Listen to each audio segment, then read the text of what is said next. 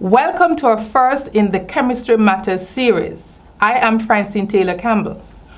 In this series, we'll be exploring fundamental concepts covered under the CSEC chemistry syllabus. And our first topic that we'll be exploring is ideas about matter. These are our syllabus objectives.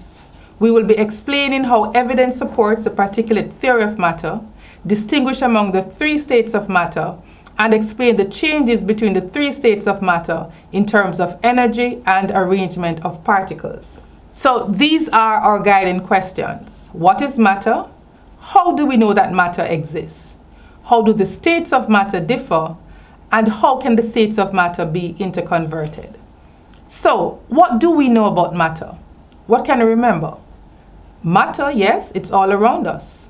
So everything we see, touch, feel, hear, represents matter. You guessed it. And how would we define matter? Generally, we say that matter is anything that has mass and occupies space. What then is mass? Mass really looks at the quantity of matter, right? And so we talk about how heavy something is. And space really represents that volume, right? The amount of space matter occupies, and that is called its volume. So let's do our first investigation. How do we know that matter exists? So for this investigation, we're basically looking at the subdivision of matter. So if I were to take a piece of chalk, for instance, right, and we basically subdivide it, so we're basically breaking it up, right? And this is half, and I'm going to break it up again. That's quarter. And if I continue to subdivide it, right, have my trusted device here, and this very tiny piece, right, I'm going to subdivide it again, and I keep on doing that, right, to the tiniest piece here, right, and I continue to subdivide it again and again. What do you think will happen eventually? And we could try to see what it looks like using our hand lens in this case. But of course, if we kept on dividing, right, we would probably need something more that is more powerful to look at the particles in matter. And so if I kept on dividing this piece of chalk, or any element that we could find, because chalk is really a compound, we would end up to the point where we get the tiniest portion of matter, right? What does that represent? That tiniest portion of matter would really represent atoms. Yes, atoms. And so we can say that this chalk is really composed of very tiny particles. And that establishes that matter consists of particles. But again, we want to verify this. So let's investigate further. How do we really know that matter exists? For this investigation, we will need, of course, beakers, hot and cold water. So this is our hot water. This is our cold water. Some crystals of potassium manganate 7, or if you have drink mix, yes, that can be used. And of course, something to stir. All right, so what are we going to do? What are the steps that we will take? Essentially, we're going to take a few crystals of our potassium manganate, and we're adding it to our cold water. All right, and I want you to observe what is happening as we added it to the cold water. All right, and for the sake of time, we will just add a few crystals as well to our hot water. That represents our hot water, all right? And we're observing what is happening. So we have added particles or samples of potassium manganate to our cold water. And what do we see happening? What can we observe? Let's hear it. We can see that the particles, essentially, they are Spreading, yes, they are spreading. What would we call this particular process? Think about it.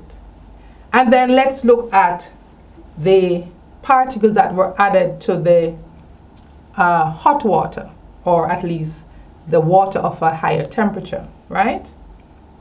What do we see happening? Can we compare them to see probably what's the difference? Which one seems to be spreading faster? Think about that.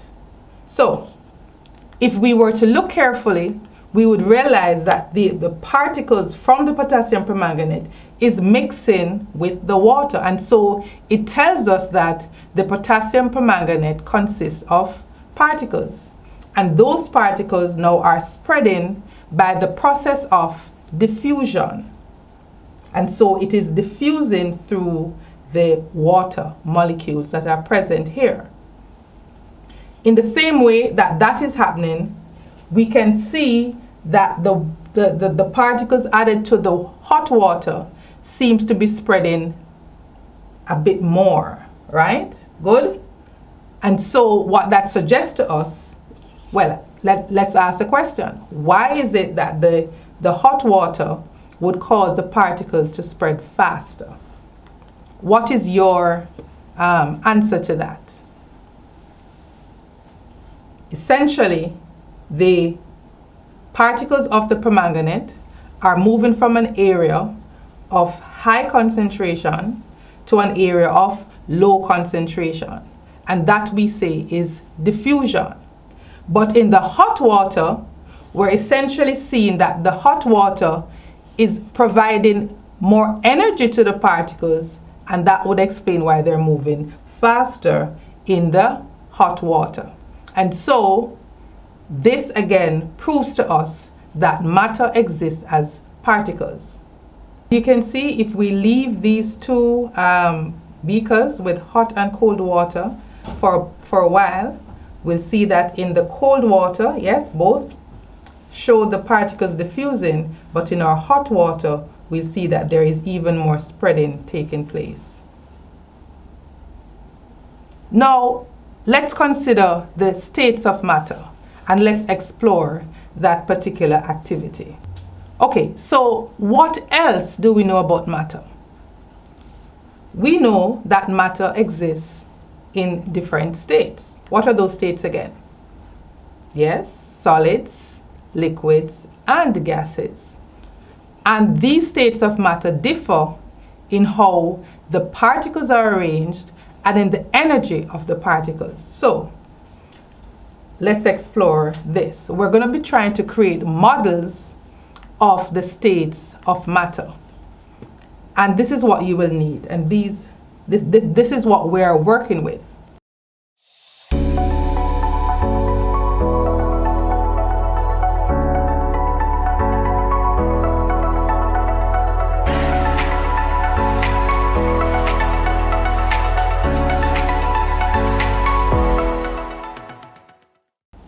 So we have toothpicks or anything that can be used to hold balls of materials in place. So we have our styrofoam balls, right? Or if you do not have that and you have Play-Doh, you could quickly create some balls with your Play-Doh. And we're representing the models on pieces of foam. Right, so you would need those materials for this particular activity. And what will we be doing? We're essentially representing the states of matter as a model. All right, so for the solid state, what are we expecting for the solid state? Think of a piece of metal. What can you say about the particles in the metal? They must be close packed. So let's try to see what that would look like. So if each ball represents the particles in the metal, we're now going to be arranging it so that it is, you guessed it, close packed. And so if we're thinking of something that is close packed, for a solid, it's not just close packed, right? But it is also regularly arranged. So there is a regular arrangement. These balls may not be equal in size, but we're just demonstrating something here, right? And so in the solid, look at what I'm doing here. We are arranging the balls close together, but not just that, we are arranging it in what is called a regular pattern of arrangement, right? And so in a solid, we're expecting that the particles are close and this pattern is repeated, all right? So it's close packed and it is repeated. And so we will just keep on adding our materials here and ensure that it is close, and you would continue to repeat that arrangement, right? And so our solids would be represented in this way. What about the energy of solids? Solid particles, because they're close packed, they're not essentially moving, right? Instead, we say that they vibrate in fixed positions. And so this is how we would represent our solid. Now, if we had, again, we're trying to ensure that it's a regular, repeated arrangement. I need to have one more set here because that is how it should look in a solid, right? So I have 3 rows, right? Close packed. Now, if we were to use balls made from our Play-Doh, yes, how could we represent the same solid state? So just think of possibly packing these, right? Again, close, and there's a repeated arrangement that we're having here. Yes? That's how we would represent our solid, okay? And it's we are stressing the repeated regular pattern because when we come to liquids, we will see that for liquids, the particles, although they are not as closely packed, they are essentially close to each other, but the arrangement is not as regular. So let's look at a liquid. So if we were to look at the particles in a liquid, how would we represent that? So again, we're maintaining having our balls here, right? And we're putting 2 sets. So say for instance, that is part of it, right? So we have more space between the particles, but we're not having that regular arrangement. So it's not that they're so far away, but the arrangement is not as regular, or it's not a repeated arrangement, right? All right, so we're not really seeing that pattern as we would see in a solid, okay? And that is how we would represent our liquid. All right, so you notice, let's compare. You notice the regular arrangement here, and you notice more space, and it's more or less, you know, a little less ordered, right? That is how we would represent a liquid. Now, what about a gas? If we were looking at the arrangement in a gas, what would happen in such a case? Okay, all right, so let's try. So in the gas, again, if we're using our styrofoam balls, and I'm just going to represent it like this. If you spray something in the air, what happens to it? Does it stay in one room? No. It finds a way, right, to spread in any space, right? It fills any space that it is in. So if we were representing the particles in a gas, we can imagine that they are going in all different directions. Yes? There is certainly not a regular arrangement as we would have even for, a more ordered arrangement that we would have had for our solids or liquids, right? So this is how you could represent the particles in a gas. So let's see how that looks. One of my particles escaping.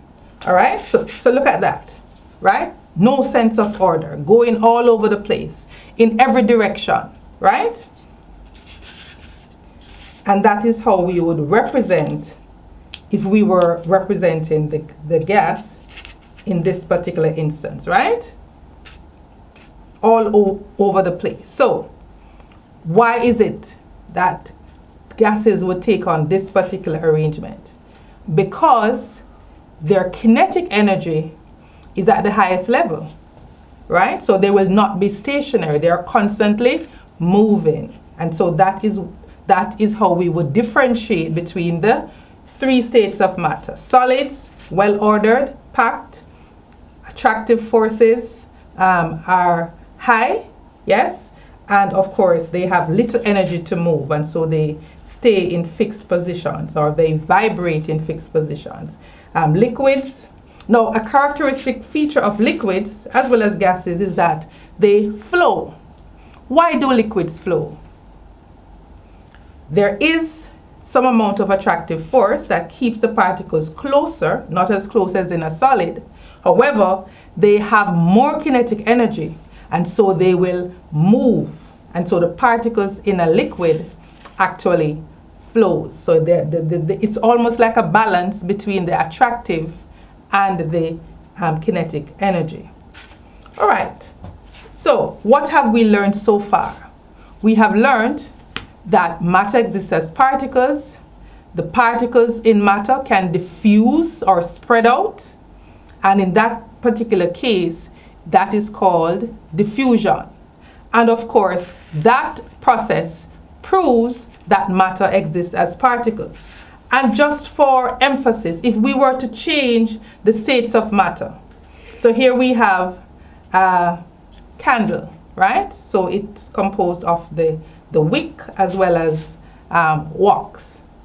What would I do to change the states of matter? I know you know the answer. How can we change the states of matter?